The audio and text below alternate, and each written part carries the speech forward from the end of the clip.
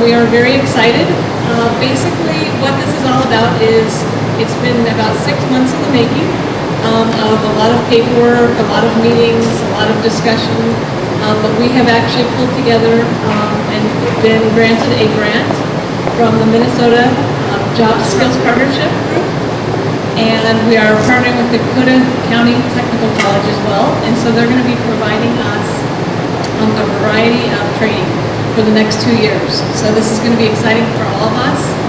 Basically what it looks like is they'll do things from basic computer training skills to teaching people on how to do different things with new technologies that are coming out, so tablet technologies. There's just a variety of training resources that are going to be a benefit to all of us. So we're very excited about that. And so I am pleased to introduce Paul Moe, who is the director of MJSP.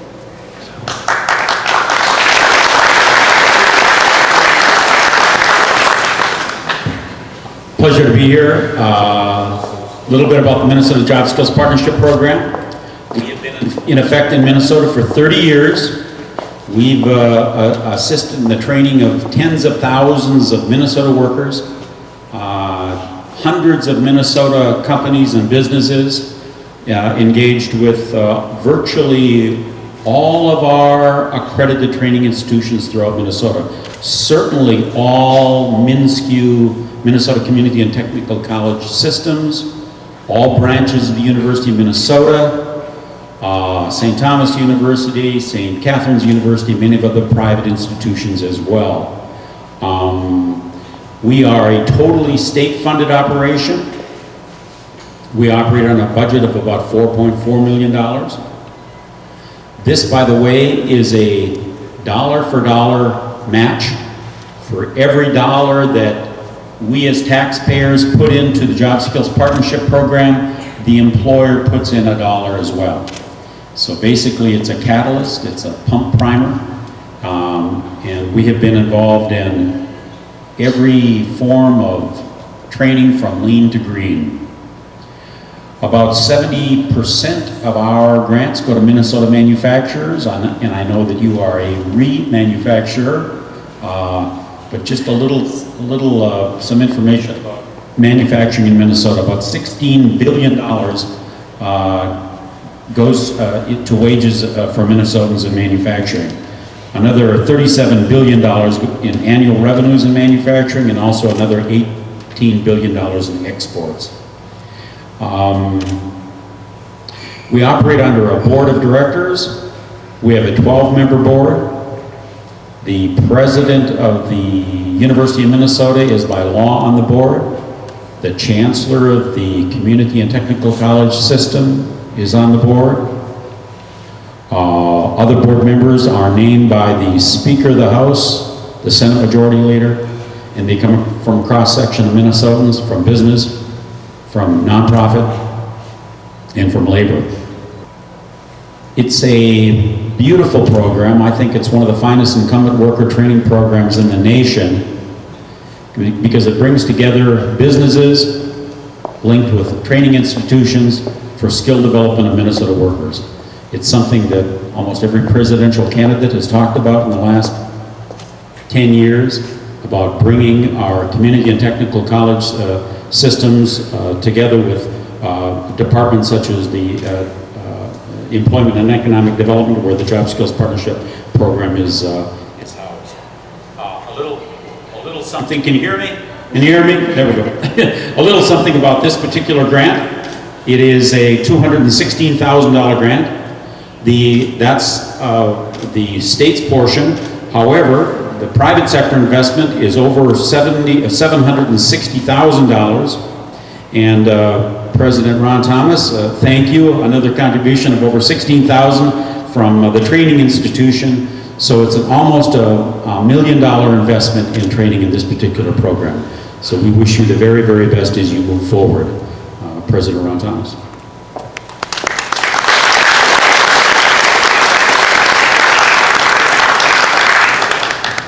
Thank you, Paul.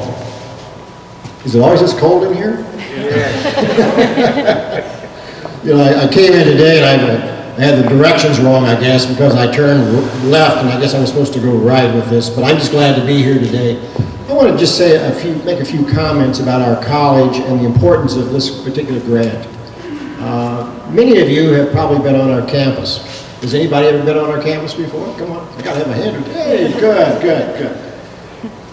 In addition to the regular credit programs that we have at the college, and we have about 5,000 students there, we also have other programs such as this one for non-credit, where we work with business and industry.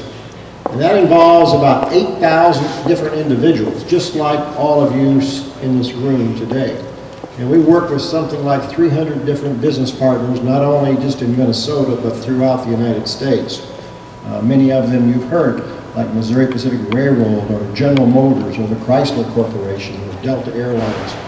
And so we spend a lot of our time not only working with students who want to get into the fields that they've applied for, but also working with business and industry.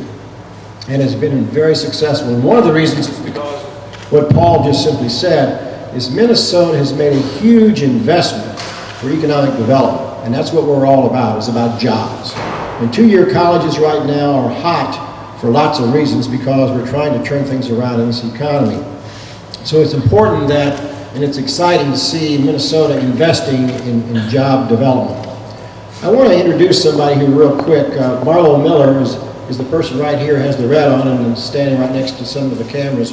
She was really our key person from the college that developed this grant. And so if you could, I'd just like to give her a little round of applause. Thank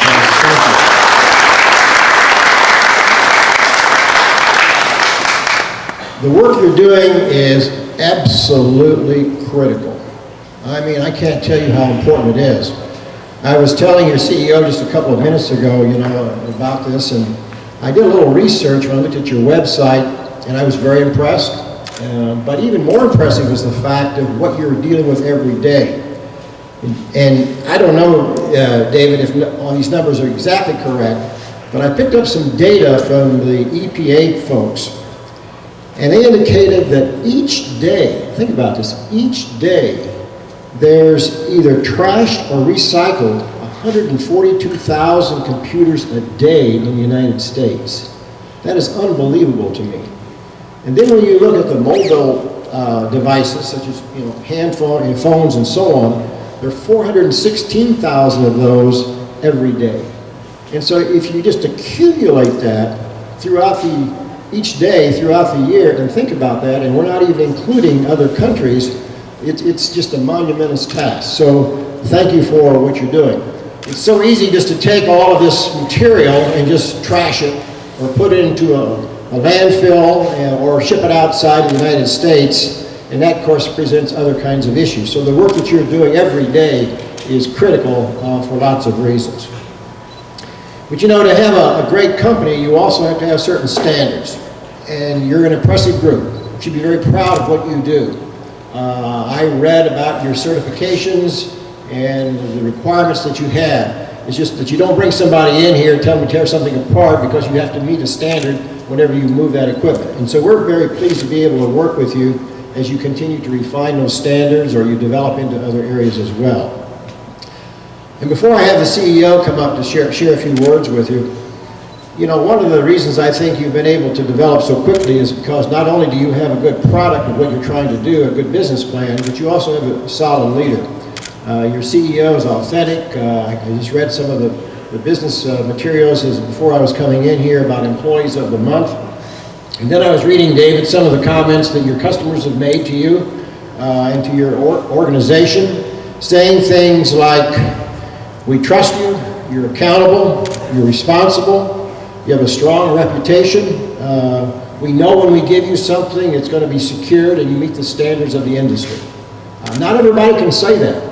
And so we're pleased to be able to work with an organization that is a blue-collar organization, but is also a blue-ribbon organization. So we're going to enjoy working with you on this grant. And again, congratulations. And at this time, I'd like to have your CEO, David Kickoff, come forward and say a few words. David?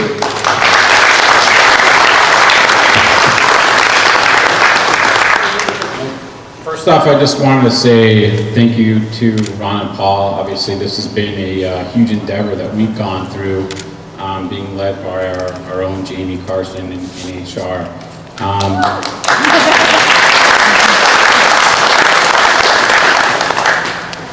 For us, this means really another avenue to continue growth and education throughout our employee base and people who work here, but ultimately, hopefully, be able to creating higher level jobs and better jobs for not only everybody who's here today, but hopefully for many others.